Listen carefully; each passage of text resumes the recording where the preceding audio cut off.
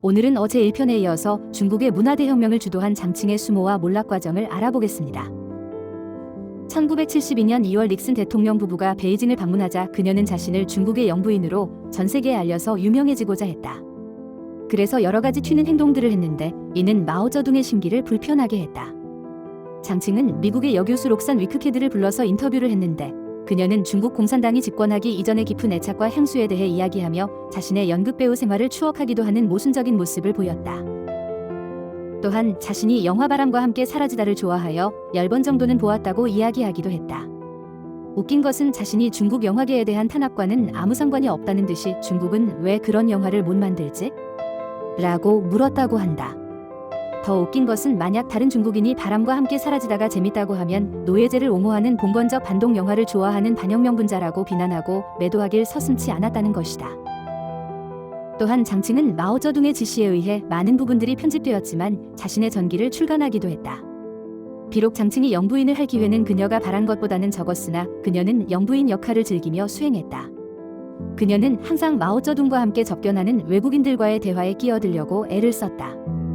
1974년 덴마크 총리 포올 하틀링이 방문했을 때 그녀는 마음에 들지 않는 일이 있었다고 총리 부부를 반시간 동안이나 붙잡아두는 바람에 만찬에 참여한 400명의 인사들이 기다려야만 했다. 1974년 장칭이 필리핀의 독재자 페르디난드 마르코스의 아내인 이멜다 마르코스와 만났을 때 측천무후처럼 화려한 화장과 복장을 하고 나가려 했으나 마오쩌둥의 반대로 무산되었다. 그러나 장칭은 계속해서 이멜다 마르코스의 화려한 의상을 부럽다는 듯이 계속 쳐다보았고 자신이 평범한 옷만 입어야 한다는 사실을 불만스럽게 생각했다. 이에 장칭은 여성스러운 의상을 입고 싶어 했다. 당시 중국 여성들은 볼품없는 재킷이나 바지만을 입어야 했기 때문이었다. 다만 지극히 드문 경우에만 장칭은 드레스나 스커트를 입을 수 있었다. 그래서 장칭은 중국 민족 의상을 디자인하기로 결심했는데 그 의상은 주름이 굉장히 많은 형편없는 의상이었다. 그럼에도 장칭은 그 의상을 공식적인 민족 의상으로 채택하려고 했으나 이 문제를 심의한 정치국은 예산상의 이유로 거절했다. 그 이유는 주름 잡힌 스커트를 채택하면 수많은 중국 여성들이 그 옷을 만드는 데 들어가는 천이 엄청날 것이라는 것이 이유였다. 그러나 그녀는 이 의상을 계속 고집했고 결국 마오쩌둥이 불쾌한 표정까지 지으며 짜증 섞인 목소리로 기각시켰다. 그러나 그녀의 이런 행동은 일면 긍정적인 부분도 있었다. 비록 디자인은 실패작이었지만 멋진 의상에 대한 그녀의 애착은 중국 여성들이 스커트와 드레스를 착용하는 것을 금기시하는 분위기를 타파하는 데 일조했다. 이런 식으로 기행을 일삼다 보니 마오쩌둥은 그녀를 점점 귀찮게 여겼고 그녀를 멀리하려고 했다. 그러나 장칭은 마오쩌둥이 멀어지려고 할수록 더 기를 쓰고 접근했고 이로 인해 싸움도 잦았다고 한다. 문화대혁명이 시작된 이후로 마오쩌둥 부부는 두 사람 모두 베이징에 있을 때에도 각기 다른 처소를 사용했다. 장칭이 문화혁명 초기 몇 년간 문화혁명 수조의 일에 적극적으로 관여하고 있을 때는 그녀가 마오쩌둥을 자유롭게 방문할 수 있었으나 그녀의 정치적 역할이 점점 감소됨에 따라 마오쩌둥은 그녀의 접근을 제한했고 종종 자신의 집에도 출입하지 못하도록 했다. 그리하여 장칭은 말년에는 마오쩌둥의 애척들에게 알랑거려야 하는 신세로 전락해버렸다. 마오쩌둥은 장칭에게 자신이 해야 할 더러운 작업의 상당 부분을 수행하도록 시킨 뒤 모든 사람들이 그녀를 증오한다는 것을 알면서도 자신이 죽은 후 그녀를 보호할 수 있는 아무런 조치도 취하지 않았다. 마오쩌둥 사후 그녀는 자신이 마오쩌둥의 후계자라고 주장했지만 그녀는 이미 인민들의 적일 뿐이었고 그의 편은 언론들 뿐이었다. 그녀는 남편이 죽음에 다다르자 남편이 죽으면 혹시 자신도 몰락할 것이라는 공포감과 마오쩌둥의 뒤를 자신이 이을 수 있을 것이란 희망을 동시에 가졌다. 그녀는 의사들이 마오쩌둥의 용태에 대해서 보고할 때는 어디서 이런 과장된 보고를 올리냐고 화를 내면서 부르주아자들이 하는 말은 3분의 1만 믿어야 한다면서 마오쩌둥이 죽어간다는 사실을 부정하는 동시에 의료진들에게 여러분들은 마땅히 기뻐해야 한다 고 으스대고 마오쩌둥에게는 죽으면 편해진다고 속삭이는 기행을 보였다.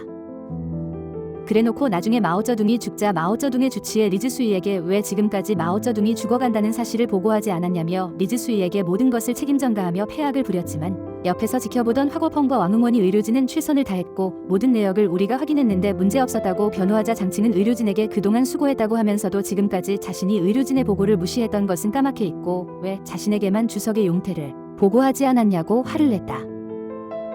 그리고 마오쩌둥의 비서들에게 이제 자신을 위해 일하면 된다고 갑자기 온화한 태도로 돌변하여 상냥하게 말하는 등 대놓고 대권을 차지할 욕심을 보였다. 그녀는 마오쩌둥의 비서 장위형을 찾아가 마오쩌둥이 자신에 대해 평가한 서류들을 제멋대로 훔쳐서 자신에 대한 비판을 삭제했다. 왕둥신 등이 크게 화를 내며 서류를 돌려줄 것을 요구하자 장칭은 주성님 시체가 식기도 전에 날 축출하려 하느냐라고 화를 냈다. 난징군부사령관 쉬스유 등은 대놓고 마오쩌둥 사후에 열린 정치국 회의에서 마오쩌둥이 독살된 것이 틀림없으며 그 배후는 장칭이라고 주장했는데 장칭을 비롯한 사인방은 조금 전까지만 해도 주석의 죽음에 책임을 지라고 마오쩌둥의 의료진을 피박하고 있었지만 자신들이 마오쩌둥을 살해한 혐의를 받게 되자 열성적으로 의료진을 변호하는 촌극을 벌이기도 했다. 결국 1976년 마오쩌둥 사후 상하이의 군사력과 언론을 장악하여 마오의 후계자 자리를 계승하려 했지만 예제닝 등 군부와 결탁한 화거펑의 선제 공격으로 10월 6일 긴급 체포되어 중난하이에 감금되었다.